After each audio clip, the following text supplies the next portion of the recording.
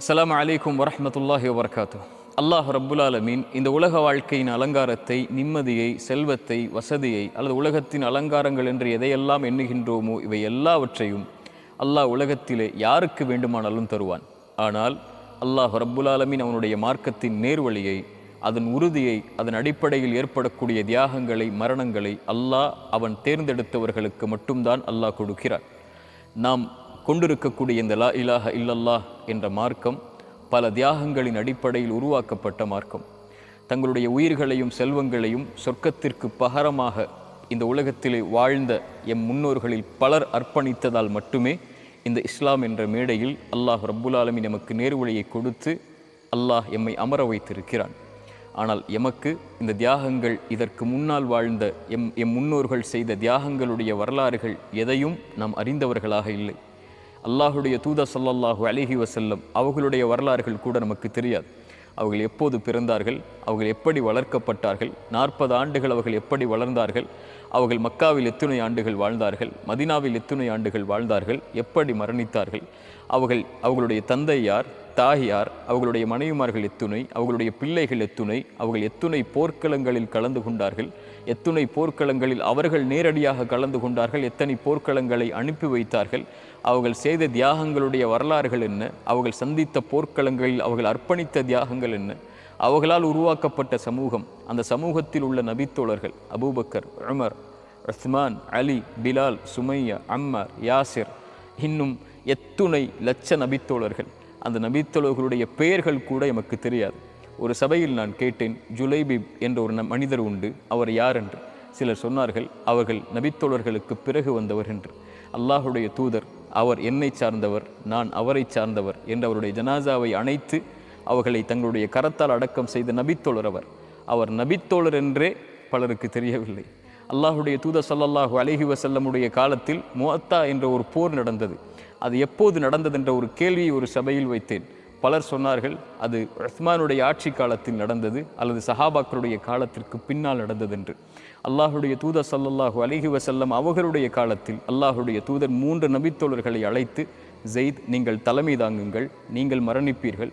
அதற்கு பிறகு ஜாஃபர் தலைமை தாங்குங்கள், நீங்கள் மரணிப்பீர்கள். அதற்கு பிறகு அப்துல்லா இப்னு ரவாஹா தலைமை தாங்குங்கள், நீங்கள் மரணிப்பீர்கள் என்று அல்லாஹுடைய தூதர் நபித்தோழர்களுடைய தியாகங்களை அடையாளம் காட்டி அல்லாஹுடைய மார்க்கத்திற்கு ஒரு மிகப்பெரிய வெற்றியை வாங்கி தந்த ரோம அரசர்களுக்கு எதிராக நடந்த போர் அது. அந்த போர் எப்போது நடந்ததென்று முஸ்லிம்களில் பலருக்கு தெரியாது. அல்லாஹுடைய தூதருடைய வாழ்க்கை தெரியாது.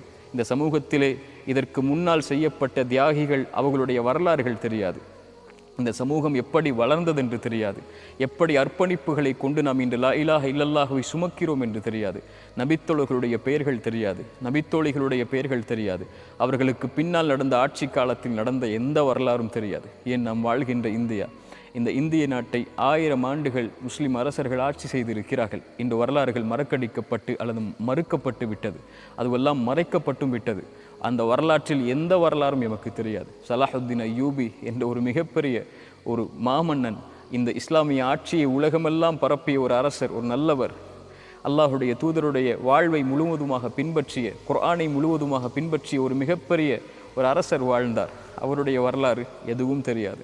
எப்போது பலஸ்தீனம் வெற்றி கொள்ளப்பட்டது, எப்போது பலஸ்தீனம் தோற்கடிக்கப்பட்டது, யூத வரலாறுகள் என்ன, கிறிஸ்தவ வரலாறுகள் என்ன, முஸ்லிம்களுடைய வரலாற்றின் அடிப்படையில் எந்த ஒரு நிகழ்வும் தெரியாத, வரலாறுகளை அறியாத, நிகழ்வுகளை அறியாத, வெறும் உணர்வுகளை மட்டும் கொண்டு வாழக்கூடிய சமூகமாக நாம் வாழ்ந்து கொண்டிருக்கக்கூடிய நிலைமை, வரலாறு அறியாத சமூகம் வரலாற்றில் மறைக்கப்பட்டுவிடும் நாளடைவில் என்ற ஒரு வார்த்தையின் அடிப்படையில் நாம் அழியக்கூடிய நிகழ்வை நாம் எம்முடைய கண்களுக்கு முன்னால் பார்த்து கொண்டிருக்கிறோம். இது மிகப்பெரிய ஒரு முசீபா. இன்னா லில்லாஹி வ இன்னா இலைஹி ராஜிஊன் என்ற வார்த்தையை முன்வைக்கக்கூடிய மிகப்பெரிய நஷ்டம் அது. ஒரு முஸ்லிம் சமூகம் லா இலாஹ இல்லல்லாஹுவை சுமக்கக்கூடிய சமூகம், பிரச்சனைகளை எதிர்கொள்ளக்கூடிய சமூகம், தியாகங்களின் அடிப்படையில் உருவாக்கப்பட்ட சமூகம், இரத்த துளிகளின் அடிப்படையிலும் தங்களுடைய உழைப்பையும் செல்வத்தையும் தங்களுடைய குடும்பங்களையும் தன் ஒட்டுமொத்த வாழ்க்கையும் அர்ப்பணித்து ஒரு மிகப்பெரிய இஸ்லாமிய சாம்ராஜ்யத்தை உருவாக்கி இந்த சமூகத்துடைய எந்த வரலாறுகளும் நமக்கு தெரியவில்லை என்றால் நாம் எல்லாம் அஷ்ஹது அல்லா இலாஹ இல்லல்லாஹ், அஷ்ஹது அன்ன முஹம்மது ரசூலுல்லாஹ் என்ற சாட்சியை மொழிவதுடைய புரோஜனம் என்ன, பலன் என்ன? அல்லாஹ் ரப்புல் ஆலமீன் நம்மை சீர்திருத்துவானாக. இப்படி வரலாறுகளை அறியாமல் வாழ்ந்து கொண்டிருக்கக்கூடிய நமக்கு இந்த சமூகத்தில் அல்லாஹுடைய தீனை நிலைப்படுத்துவதற்காக, உறுதிப்படுத்துவதற்காக மிகப்பெரும் நபித்தோழர்களை பின்பற்றி பின்னால் வந்தவர்கள், அவர்களை பின்பற்றி பின்னால் வந்தவர்கள் செய்த தியாகத்துடைய துளிகளை கொண்டு இந்த ஒரு தொடரை இன்ஷா அல்லாஹ் ஆரம்பிக்கிறோம்.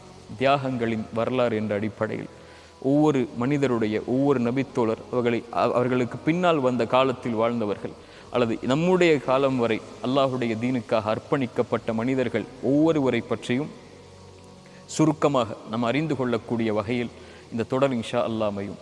அல்லாஹ் ரப்புல் ஆலமீன் இதன் மூலமாக எமக்கு விழிப்புணர்வை கொடுத்து அல்லாஹுடைய தீனுக்காக அர்ப்பணிக்கக்கூடியவர்களாக அல்லாஹ் எம்மையும் தேர்ந்தெடுப்பதற்கு இந்த கல்வி எமக்கு பயனுள்ளதாக இருக்கும். இன்ஷா அல்லாஹ் தொடர்ந்து காத்திருங்கள். அல்லாஹ் ரப்புல் ஆலமீன் அதற்குரிய கல்வியையும் அதன் மூலமாக எம்முடைய ஈமானையும் அல்லாஹ் பலப்படுத்தட்டும். அஸ்ஸலாமு அலைக்கும் வரஹ்மத்துல்லாஹி வபரகாத்துஹு.